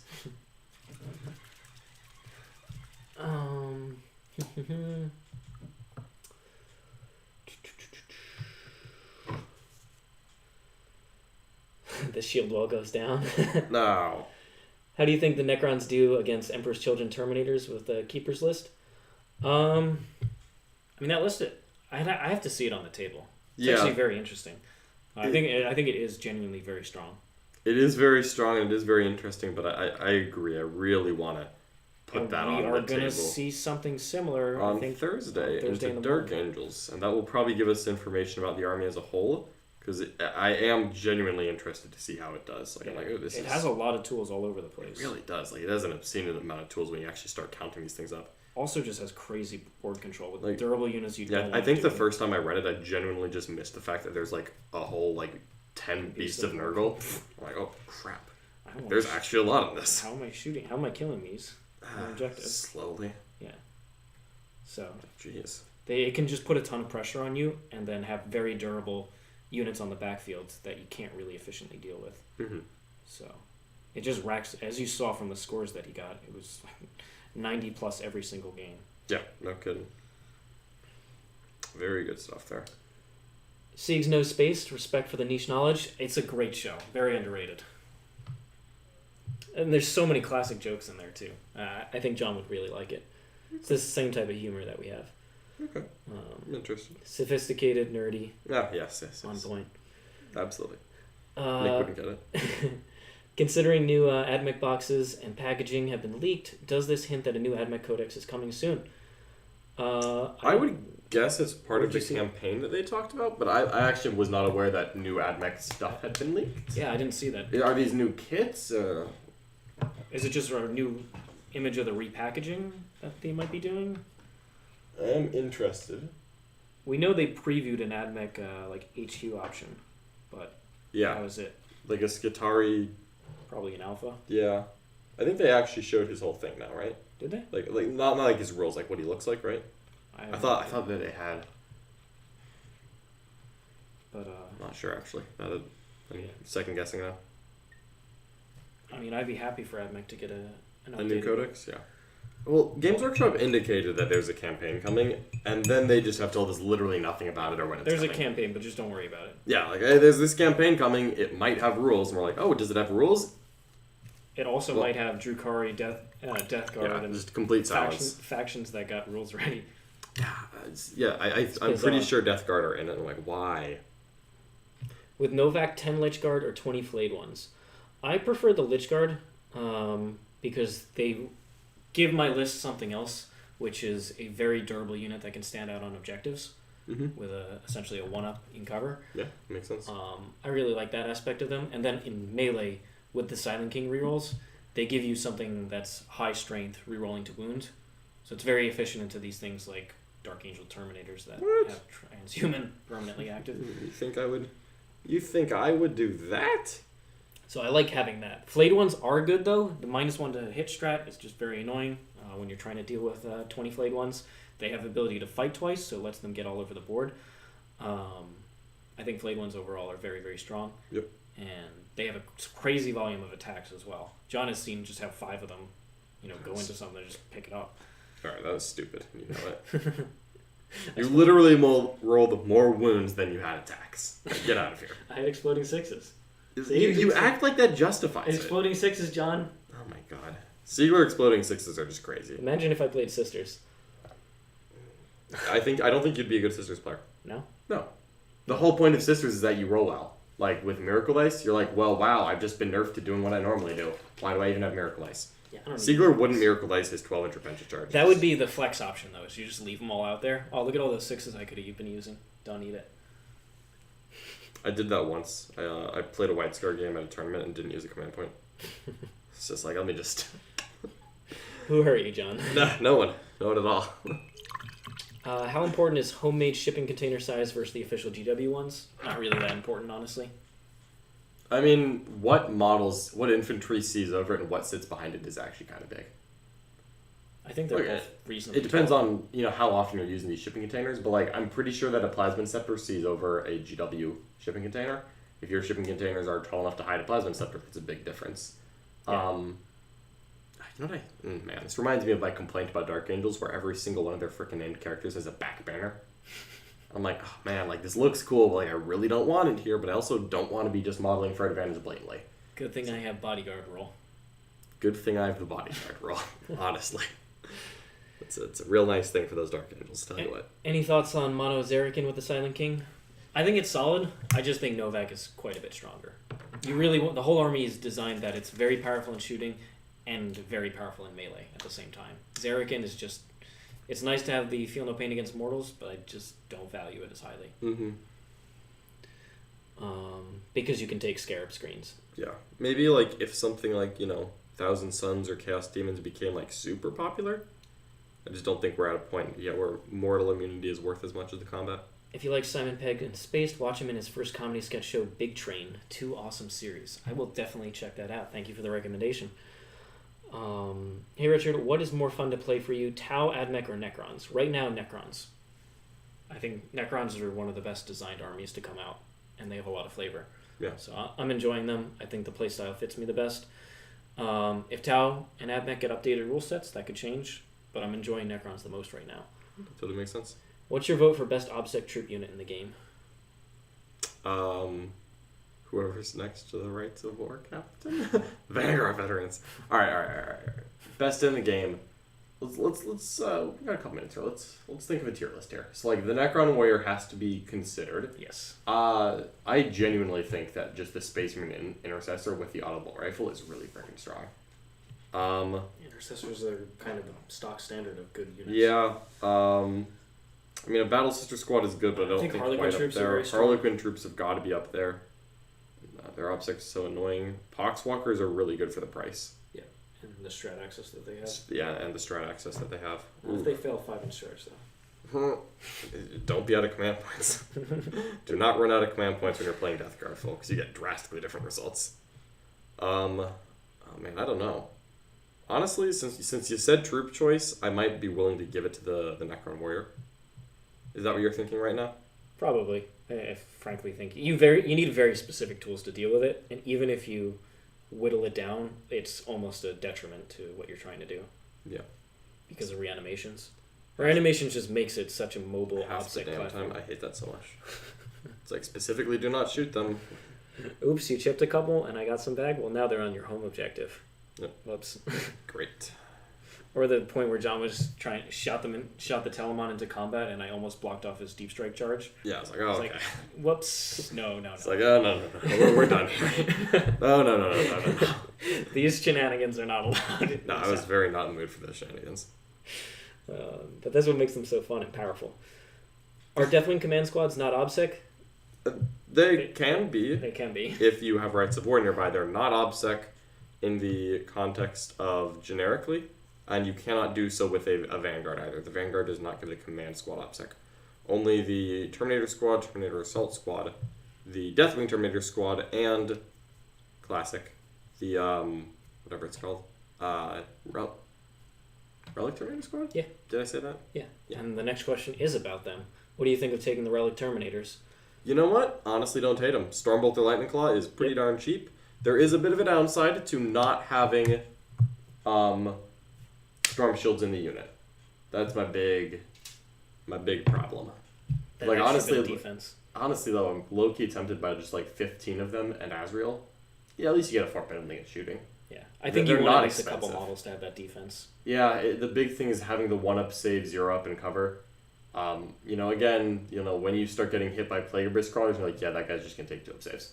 It's like, ugh. Oh, man. Like, that really slows down the roll of a lot of things that are trying to kill you. Yeah. Or having a 3-up against literally las cannons. Because how most armies deal with the Terminator break is they kill a couple models each turn, so it's manageable.